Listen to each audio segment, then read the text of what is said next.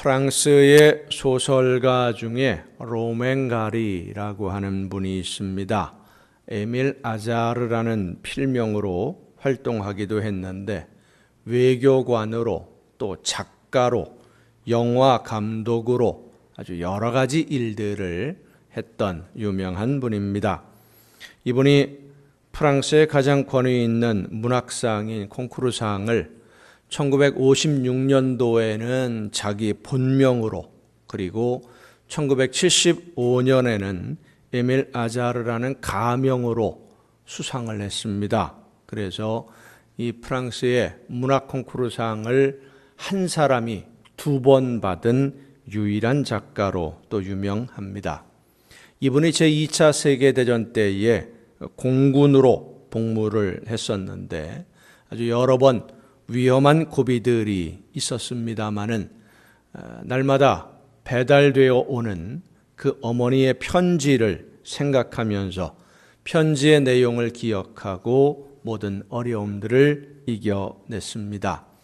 이 로맹가리의 어머니는 아들이 군 복무 중일 때에 아들을 군대 보낸 후에 위암 판정을 받았는데 이 아들에게 그 소식을 알리지 않았습니다. 그리고 미리 편지를 200여 통을 써두었습니다. 아들에게 자신의 죽음을 알리지 말고 이 편지들을 순서대로 일주일에 1통 혹은 2통 이렇게 보내달라라고 남은 가족들에게 당부를 했어요.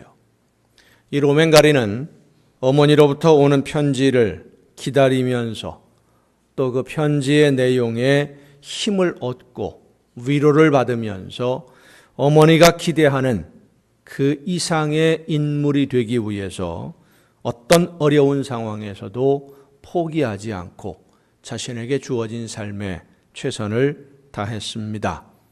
군복무를 마치고 집에 가서 어머니를 만날 기대를 가지고 하루하루를 살았는데 어머니를 만날 때 부끄러움이 없는 모습으로 어머니를 만나기를 간절히 소원하면서 최선을 다해 군복무를 마치고 집에 돌아왔는데 집에 돌아와 보니까 어머니가 세상을 떠난 지 이미 3년이 지나서였습니다.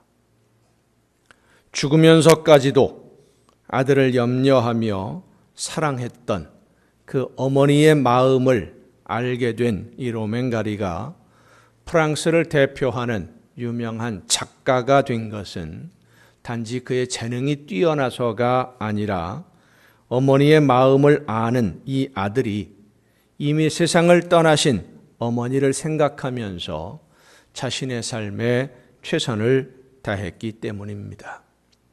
우리가 누군가의 마음을 안다 혹은 내 마음을 누군가가 알아준다라고 하는 것 참 어려운 일입니다.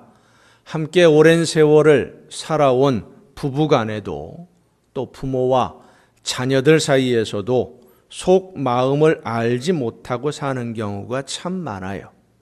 아주 많은 분들이 오랜 세월이 지나서야 상대방이 이런 마음, 이런 생각을 가지고 있었구나. 그때 그런 마음을 가져준 것이 참 고맙다라는 그런 느낌을 나중에 가서야 깨달아 알기도 하고 부모님의 마음을 나중에 가서야 알고는 후회하는 그런 모습들을 종종 보게 됩니다. 특히 부모와 자녀들의 관계들을 보면 그런 경우들이 참 많습니다. 나는 바람풍해도 너는 바람풍하지 말아라 라고 하는 속담 비슷한 말이 있습니다. 나이가 많은 훈장님이 혀가 좀 짧아요.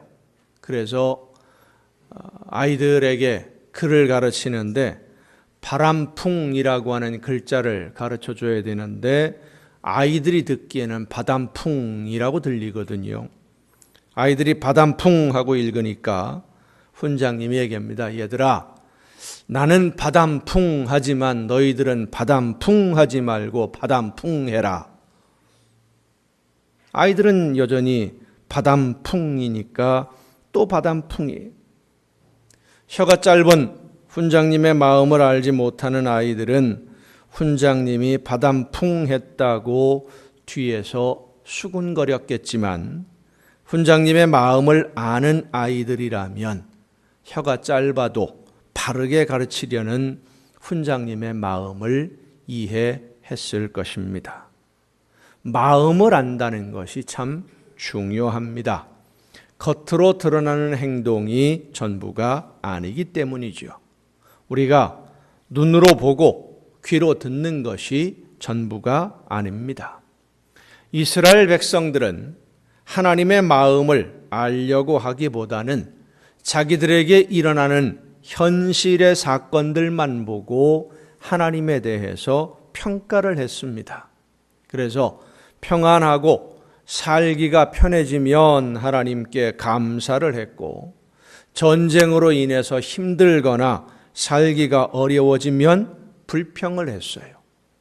오늘 우리가 읽은 이 호세아서는, 특히 호세아라고 하는 선지자는 이스라엘 백성들이 하나님의 말씀을 따라 순종하지 않고 자기 욕심대로 생활하다가 아수르라고 하는 나라에 의해서 멸망당하기 전에, 바로 그 직전에 하나님의 말씀을 선포했던 선지자인데, 특별히 하나님의 사랑을 많이 이야기해서 사랑의 선지자라고 하는 별명이 붙어 있습니다.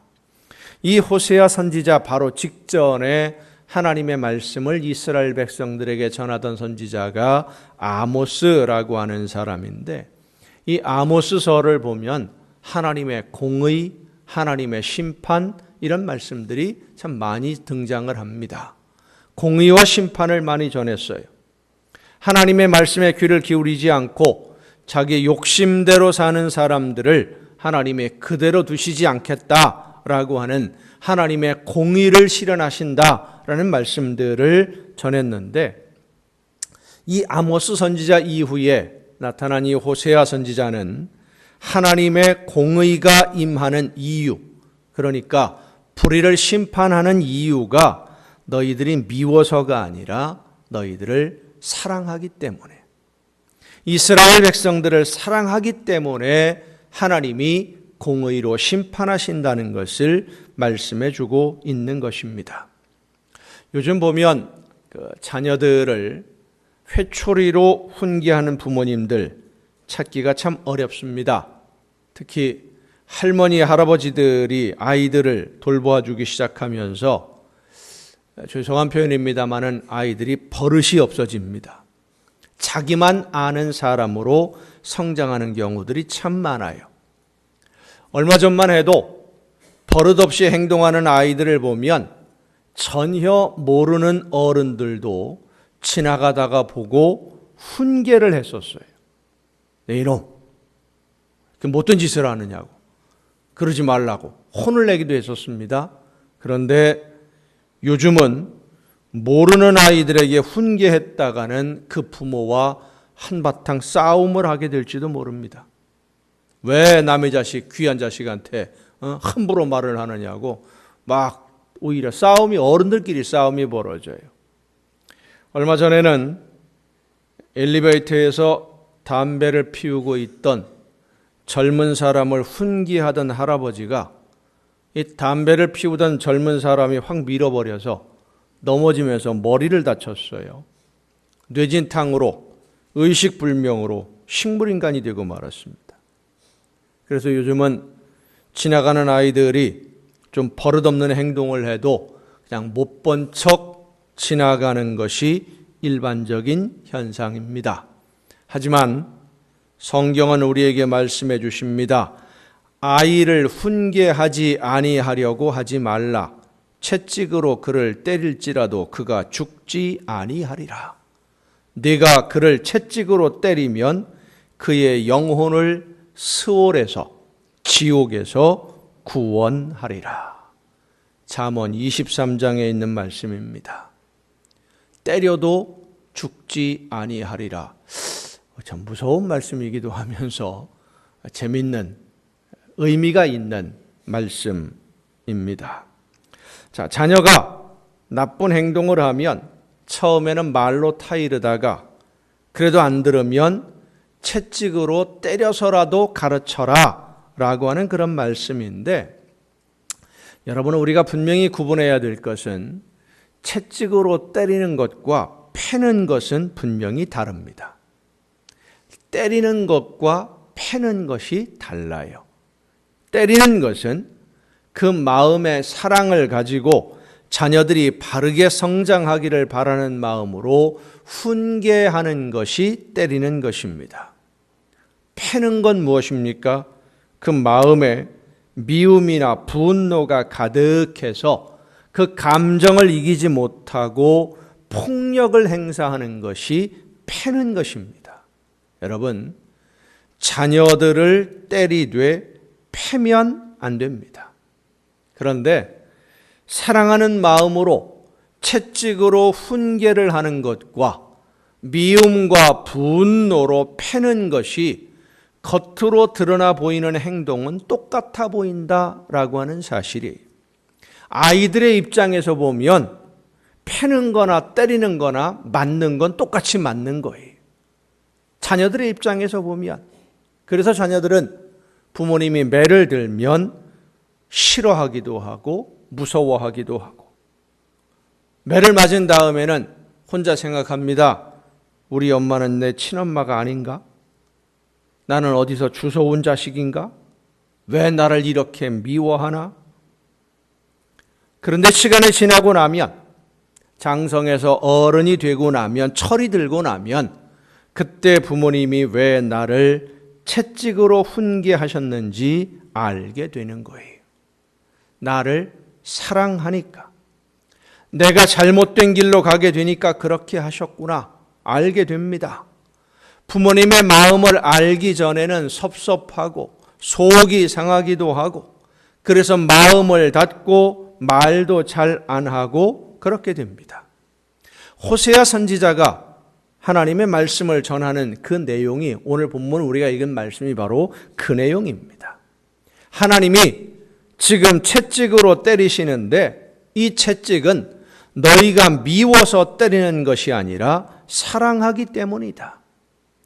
너희들이 지금 죄악 속에 빠져서 죽을 길로 가고 있으니까, 말로 해도 아무리 타일러도 듣지 않으니까 매를 때려서라도 바른 길로 인도하려는 하나님의 사랑이라는 것을 좀 알아야 된다라는 말씀이 오늘 본문 말씀이에요. 사랑하는 성도 여러분, 하나님은 우리를 포기하지 않는 아버지이심을 믿으시길 바랍니다. 포기하면 때리지 않아요. 더 이상 사랑하지 않으면 때리지 않고요, 그때부터는 패기 시작합니다. 사랑이 떠나면, 패는 것도 싫으면 그만 관심을 끊어버립니다. 내버려 둡니다. 나쁜 짓을 하든 말든, 범죄에 빠지든 말든 상관하지 않아요. 자녀들이 아무리 타이르고 채찍으로 훈계를 해도 안 들으면 내버려 두는데, 집에 일찍 들어오든 늦게 들어오든 언제 들어왔다가 언제 나가는지 상관도 안 합니다. 그냥 포기하고 마는 거예요. 여러분, 매를 들어 때리고 잔소리를 하고 막 화를 내고 소리를 지르는 것은 사랑하기 때문인 줄로 믿으시길 바랍니다. 그런데 이스라엘 백성들은 하나님의 징계로 매를 맞게 되니까, 매 맞는 게 싫어서, 아프니까 그게 싫어서 더 멀리 도망가려고 했어요. 부모님께 잘못했다고 회초리를 맞게 된 자녀가 아버지가 나를 미워한다고 생각하고 가출을 하는 것과 같은 그런 행동을 한 것입니다. 그래서 호세아가 하나님의 말씀을 전합니다. 오라, 우리가 여호와께로 돌아가자. 여호와께서 우리를 찢으셨으나 도로 낫게 하실 것이요, 우리를 치셨으나 싸매어 주실 것입니다. 우리가 여호와를 알자, 힘써 여호와를 알자. 그의 나타나심은 새벽빛같이 어김없나니 비와 같이, 땅을 적시는 늦은 비와 같이 우리에게 임하시리라 하니라. 하나님이 지금 이렇게 채찍을 들어서 때리시는 이유, 하나님이 오늘 우리에게 아픔을 주시는 이유, 오늘 우리의 삶의 현실이 힘들고 어려워지고 사회적으로, 정치적으로, 국제적으로, 경제적으로 많은 아픔들을 당하게 되는 이 이유를 좀 하나님이 이렇게 만들어 가시는, 이렇게 이끌어 가시는 이유를 좀 알자라는 말씀이에요. 사랑하시니까. 미워서가 아니라 사랑하시기 때문에. 잘못된 길로 가서 평안하게 사는 것이 아니라 하나님이 원하시는 방향으로 바르게 돌아서야만 진정한 평화가 있고 진정한 기쁨이 있고 이 땅 위에 아름다운 하나님의 나라가 세워지고 우리가 하나님 앞에 가서 서게 될 때에 하나님이 기뻐하시는 아름다운 열매를 가지고 하나님 앞에 가 설 수 있으니까 바르게 살라고, 잘못된 길로 나아가지 말라고 경고하시고 채찍을 들어 때리기도 하시는 것입니다.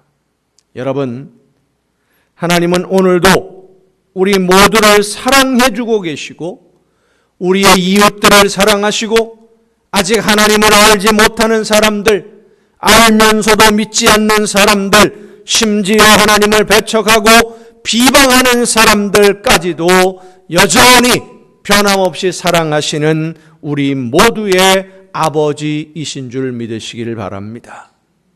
이 하나님의 마음, 어떤 상황에서도 변함없이 우리를 사랑하시는 하나님의 마음을 아는 사람은 그 사랑의 마음을 알고 있는데 그냥 가만히 있을 수가 없는 거예요.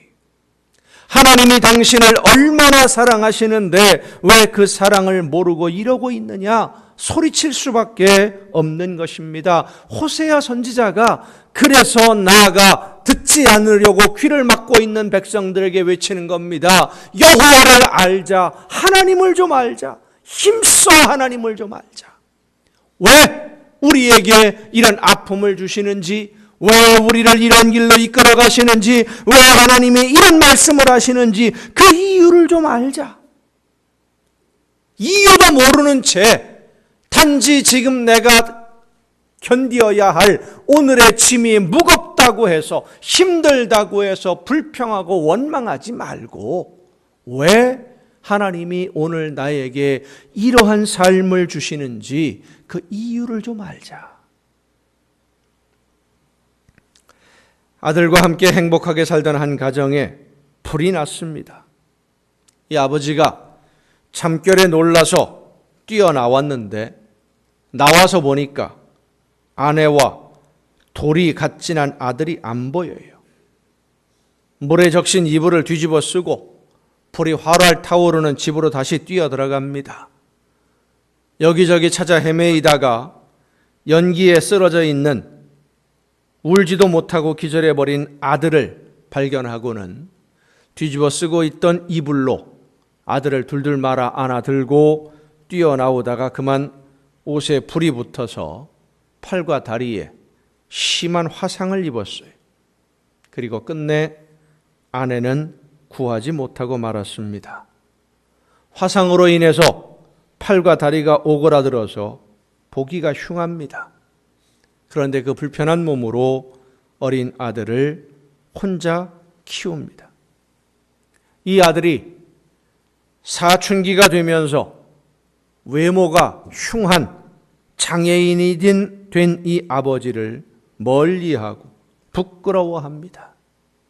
못생겼다고, 걸음도 제대로 걷지 못하고 절뚝거린다고, 학교 졸업식에 아버지가 오는 것이 싫어서 졸업식 날짜도 안 알려주고 혼자 그냥 다녀옵니다. 대학 졸업을 눈앞에 두고 그동안 왕래가 없었던 이모가 찾아왔어요. 그리고 지난날의 이야기를 들려줍니다. 불구덩이 속에서 갓 돌이 지난 너를 구하느라 엄마를 잃어버렸고 온몸에 화상을 입었고 그 불편한 몸으로 너를 오늘까지 이렇게 키웠노라고 지나온 이야기들을 들려줍니다. 네 아버지가 너를 이렇게 사랑한다는 것만 좀 네가 알았으면 좋겠다. 네 아버지의 희생을 알고만 있었으면 좋겠다. 사랑하는 성도 여러분, 누군가 이야기를 해줘야 됩니다. 하나님이 우리를 얼마나 사랑하시는지, 외아들을 대신 십자가에서 죽게 하시는 하나님의 그 놀라운 사랑을 전해주어야 돼요. 하나님의 사랑을 알지 못해서 믿지 않는, 하나님을 알지 못하는 우리 이웃들에게 이야기해 주어야 됩니다. 우리가 하나님의 사랑, 예수님의 사랑을 전하지 않는 이유는 무엇 때문입니까? 하나님의 사랑이 어떤 사랑인지 잘 몰라서 그래요.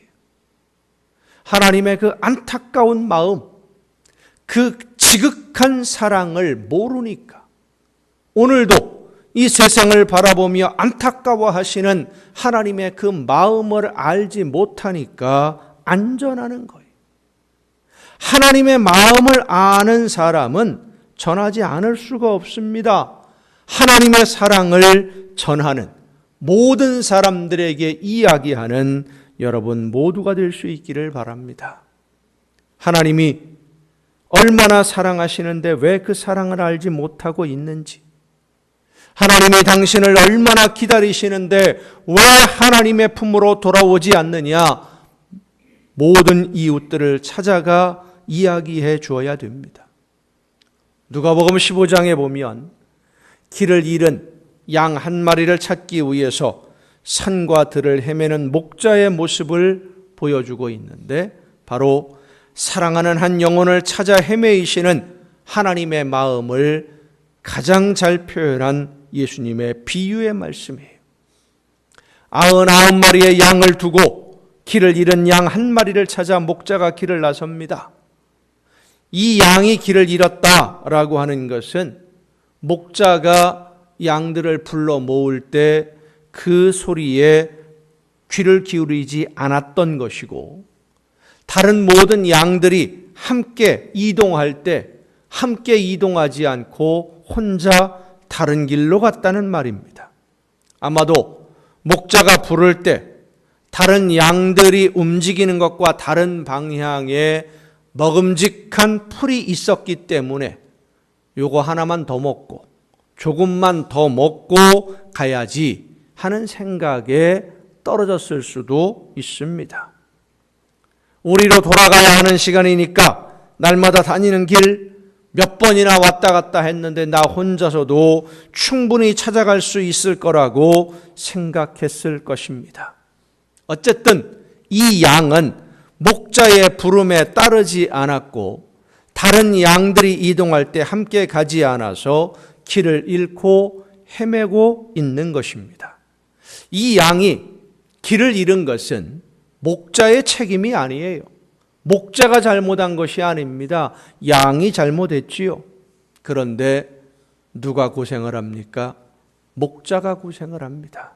그 양을 찾아서 한 영혼을 죽음의 위험에서 건져주기 위해 잠시도 쉬지 못하고 험한 산과 들로 나서야 하는 이 목자, 그 목자의 심정으로 외아들을 이 세상에 보내주셨고, 외아들은 우리를 사랑하는 사랑으로 가득 찬 마음으로 이 세상에 사람으로 오셔서 이 세상 모든 사람들을, 우리들을 너무나 사랑한 나머지 죄인인 우리를 살려주시려고 온갖 수치와 모욕을 당하면서도 대신 채찍에 맞고 십자가에 자신의 몸을 매달게 내어줍니다.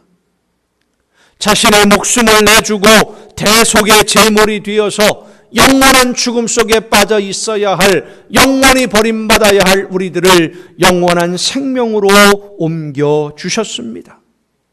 그 어떤 고난도, 그 어떤 아픔도, 수치와 모욕도, 그 어떤 고통도 우리를 사랑하시는 예수님의 사랑을 막지 못했습니다. 이 사랑, 예수님의 사랑, 하나님의 사랑을 우리가 전해 주어야 됩니다. 이 사랑을 모르는 사람들에게 이야기해야 됩니다.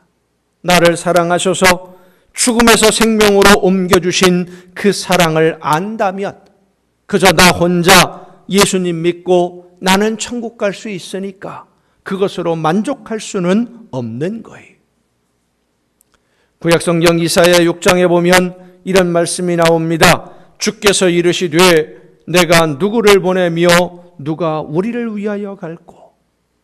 하나님의 마음을 알지 못하는 백성들, 하나님의 말씀을 듣지 않는 백성들을 바라보시며 한탄하시는, 안타까워하시는 하나님의 음성을 들은 이사야는 조금도 망설이지 않고 대답합니다. 내가 여기 있나이다. 나를 보내소서.